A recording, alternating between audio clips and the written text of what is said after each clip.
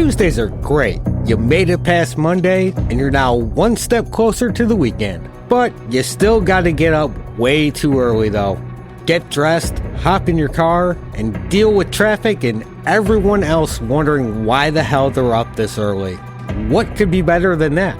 Well, maybe add in some fog, because fog always makes everything better. You're flying down the highway, then all of a sudden it's like someone throws a blanket over your windshield. You can't see a damn thing, so you slam into the idiot ahead of you who decided to stop. Don't worry though, you're not alone, because the guy flying up behind you is about to tap that ass too. And really, is there a better way to start the day? Just ask the commuters on Interstate 75 in Tennessee who hit a sudden fog bank and found themselves involved in one of the largest auto wrecks in history on Tuesday, December 11th, 1990. So, what happened? I'm Andrew, and this is History's A Disaster.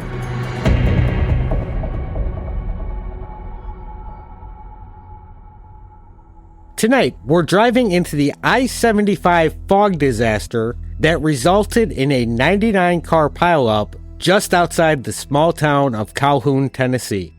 And tonight's episode is brought to you by Polka Bob's Music Center. Polka Bob is currently running a surprise fire sale on accordions and xylophones. So, come on down and say hi to Polka Bob. You can squeeze his accordion and bang his xylophones before deciding to take one home today. Jeez, that's not creepy at all. Why was he winking at me when he handed me the ad to read? I need better sponsors.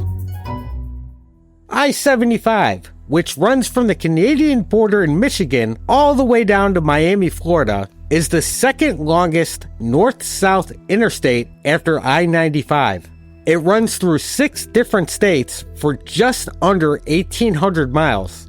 So, obviously, there's going to be some shitty spots on the highway. And one of them just happens to be outside Calhoun, Tennessee. This 10-mile stretch of I-75 lies 70 miles southeast of Knoxville and runs from mile marker 29 to 39. This stretch is in 2 separate valleys surrounded by ridges within the Ridge and Valley Appalachians? The area has a lot of creeks that run through these valleys that flow into the Hiawassee River, a major river that cuts the area in half near where the interstate crosses. The Chickamauga Dam, not far downstream from the area, creates a reservoir which backs up into this section of the river, making large lakes near the interstate where these creeks all meet up with the river. Also in the area is the Bowater Paper Mill. The mill is just outside of Calhoun, close to the interstate and sitting on the banks of the river. At the time, Bowater owned land on both sides of the interstate and operated wastewater treatment settling ponds next to it. Now these settling ponds, and if you ever driven past the factory or a plant or anything, everyone's seen them. They're the little lakes that sit out front. They're part of a large system and it's used to help separate solid pollutants from wastewater. Water flows into these ponds and the heavy solid shit settles to the bottom of the pond over time and the cleaner water flows out. It's part of a whole system and the system really has nothing to do with the accident other than these ponds. So anyways, all that to say, it's a low-lying area with lots of cold air and a ton of water in the area. Put all that together and you got the perfect recipe for fog soup. Thick, nasty fog soup that can pop up in the area at any time without warning. If you live in the area or regularly drive through here, like truck drivers, at some point you got caught in this shit and have some kind of fog story. Since this section of interstate opened up in 1973, there has been multiple accidents here. The first of which happened just within 3 months of the opening and involved 18 vehicles, 3 deaths, and 10 injuries. And this was just the first of many. So to help cut down on accidents in the area, they put up a sign which read, "Extreme dense fog area, next 5 miles," along the stretch in both directions. The sign contained flashing lights that would activate if fog was detected. So yep, they put up a blinky light on a sign that most people aren't going to pay attention to anyways. Especially when the lights flashed non-stop for 3 days, like they did in the southbound lane prior to the accident, or just didn't work at all like the northbound lanes. And they put these signs up after another 18-vehicle accident occurred in 1979. And since they put these signs up, there was no major accidents at all throughout the 80s, although I highly suspect they had more to do with the Tennessee Highway Patrol than the stupid blinky lights. On foggy days, troopers would sit at the end of the foggy area and, well, seeing a cop sitting, everyone's gonna slow down. So there's that. The Highway Patrol would also do routine fog checks in the area. Which brings us to December 11th of 1990. During their early fog checks at 5:30 and 8 o'clock, Highway Patrol noted no fog in the area. However, by 9 a.m., the fog started rolling in. Visibility was dropping as the miles ticked by and the fog grew thicker, dropping from 20 feet to 10 to barely seeing past the hood of your car. At 9:10, a semi traveling in the southbound lanes carrying dicumyl peroxide in separate tanks slowed to 35 miles per hour. Unfortunately, the semi unseen in the fog ahead of them had slowed to 25 and was rear-ended just 100 feet south of the State Route 163 overpass. The truck drivers got out and attempted to check for damage and bullshit for a few minutes before a 91 Oldsmobile sedan smashed into the rear of the chemical semi. Before anyone could move, the Oldsmobile was crushed under the semi and set on fire when it was rear-ended by another semi. Neither the driver or the passenger of the Oldsmobile made it out of the car. This was the first, but far from the last cluster of accidents in the southbound lanes. At 9:15, the first accident happened in the northbound lanes when an 87 Ford Escort slammed into an 87 Honda near the overpass, which in turn was rear-ended by an 83 Toyota pickup, which was then hit by a 1990 Pontiac, which was then in turn hit by an 89 Oldsmobile. Surprisingly, no one was injured in this mess. As the minutes ticked by, the stopped commuters could hear the sounds of impact, the screech of brakes, the crunching of metal on metal, the secondary explosions as fuel tanks ignited. Some slowed or stopped to try to see what was happening. The stopped or slowed moving vehicles invisible in the fog, waiting to be struck by drivers still traveling at a high rate of speed. Within minutes of the first accident, both directions of the interstate had become a tangled nightmare of wreckage, spanning hundreds of yards. Vehicles were crushed, stacked, thrown into positions that seemed to defy physics. Tractor trailers jackknifed across multiple lanes. Cars were smashed down to fractions of their original size, wedged beneath larger vehicles or sandwiched between them. And still more vehicles kept coming. Drivers emerged from clear conditions into fog with zero warning, finding themselves suddenly confronted with walls of stopped traffic and wreckage. Even those who managed to brake couldn't stop in time. It was far too late. The pile of wreckage just grew larger. 10 minutes after the first collision, the final accident occurred.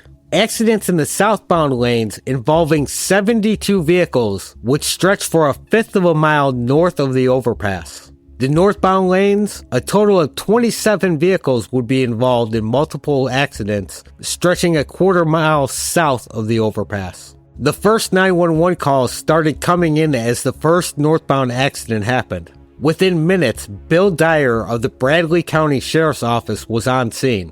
Being the first on scene, he originally completely missed the first accidents in the fog. He had to turn around and drive back to find the scene. When he got back to the area, a seriously injured man stumbled out of the fog and towards his cruiser. When he exited the cruiser to help the man, he could hear the metal-on-metal sounds of multiple accidents just north of his location. As he got closer, the screams of the wounded got louder. After seeing what he could of the devastation, he immediately called for backup and emergency services. over 200 first responders would end up on site from as far away as Chattanooga and Knoxville. By 9:30, the Tennessee Emergency Management Agency began coordinating the response between the 33 different departments who answered the call for help. Within minutes, the Tennessee Highway Patrol had the highway shut down on both ends. McMinn County EMS set up triage in the median north of the overpass to evaluate the wounded as they were pulled from the wreckage, while Bradley County EMS set up another triage site to the south. 42 survivors were treated for injuries ranging from minor cuts and scrapes up to more traumatic injuries that required hospitalization. The injured would be transported to hospitals as far away as Chattanooga and Knoxville.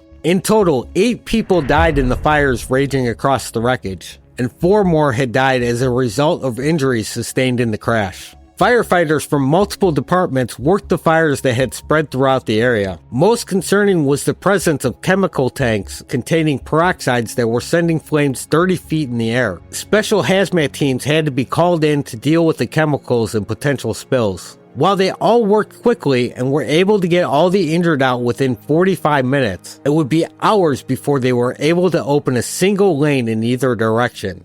Clearing all the wreckage away would take several days. The NTSB investigation that followed was forced to rely on eyewitness accounts, police reports, and aerial photography to reconstruct the accident, since the cleanup and reopening the highway prevented them from doing the reconstruction on site. It would be years before they released their findings in 1992. In their report, they placed the blame on the drivers for responding to the sudden loss of visibility by driving at wildly different speeds. They also identified other major safety concerns that helped play a part in the pileup, along with their recommendations to deal with the issues. Recommendations that included the installation of a fog detection system and a system to warn and slow drivers through the area when fog is present.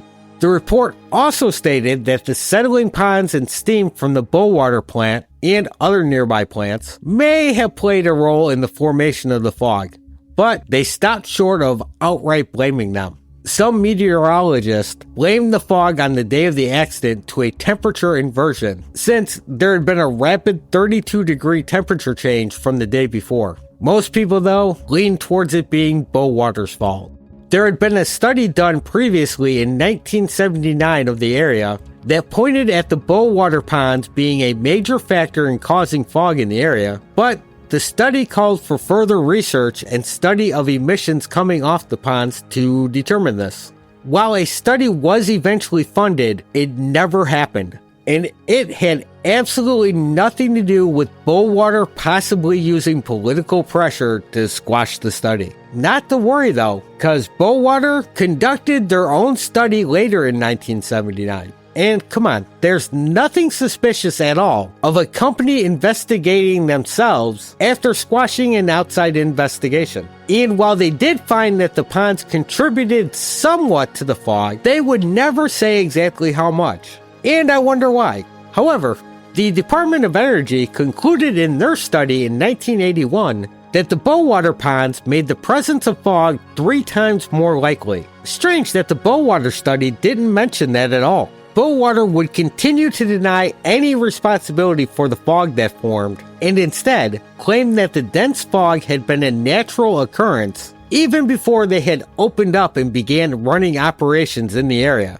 They would also go on to accuse the state of Tennessee of failing to implement necessary fog detection and warning equipment along that stretch of I-75. Which, technically, yeah, they are right on that. Slapping up a couple of blinky lights don't really cut it sometimes. But they would also go on to agree to an out-of-court settlement of $10 million, which comes out to about $19 million in today's money. With 44 victims and family members of victims in January of 1994. They also agreed to limit the usage of the 235-acre pond closest to the interstate, which sounds like to me some shitheads at Bowater had a guilty conscience. And a lot of people agreed with Bowater's criticism of Tennessee Department of Transportation for failing to put into place a proper fog detection system after the accidents in the 70s. Tennessee's DOT eventually paid $800,000 to settle lawsuits calling them out for negligence of conditions in the area. As a result of the collision, they would go on to institute several safety measures along this section of highway. The section of I-75 between mile markers 31 and 39 was designated as a fog advisory zone or a fog advisory area, which contains large warning signs on both sides of the road in both directions that warn commuters when they are entering and leaving the area. They also repainted this section with extra paint markings and reflectors to make it more visible. A $4.5 million computerized fog detection system was installed in 1993. This system monitors 3 miles of the highway north and south of the Hiwassee River with 9 forward scatter visibility sensors, 14 microwave radar vehicle detectors, and 21 CCTV cameras. It is connected to a warning system that contains more blinky lights, electronic signs, and variable speed limits within the fog advisory zone, and electronic controlled swing gates which would block access to the interstate from the 6 entrance ramps in and near this stretch of the highway in the event of dense fog. The system automatically drops the speed limit from 70 to 50 miles per hour when visibility drops below a quarter mile, and to 35 miles per hour when the visibility drops below 480 feet. And yeah, that all sounds great on paper, but really, are people actually slowing down? We all know speed limits are just suggestions anyways.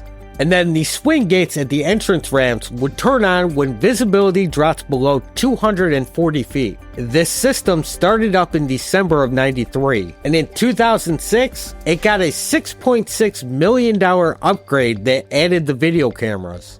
Since the system was put into place, no major multi-vehicle accidents have occurred along this stretch in foggy conditions. So, it works a hell of a lot better than a couple stupid blinky lights. And that was the 1990 I-75 fog disaster. Thanks for listening, and if you liked the show, please consider leaving a rating or review on your app of choice. And you can reach out to the show at historyisadisaster@gmail.com with questions, comments, or suggestions. As well as consider following the show on social media. We're on Facebook, Instagram, TikTok, YouTube, a few others. And share the episode. Your friends will love it. Also, take care of yourself out there. Chase that dream. Live for today.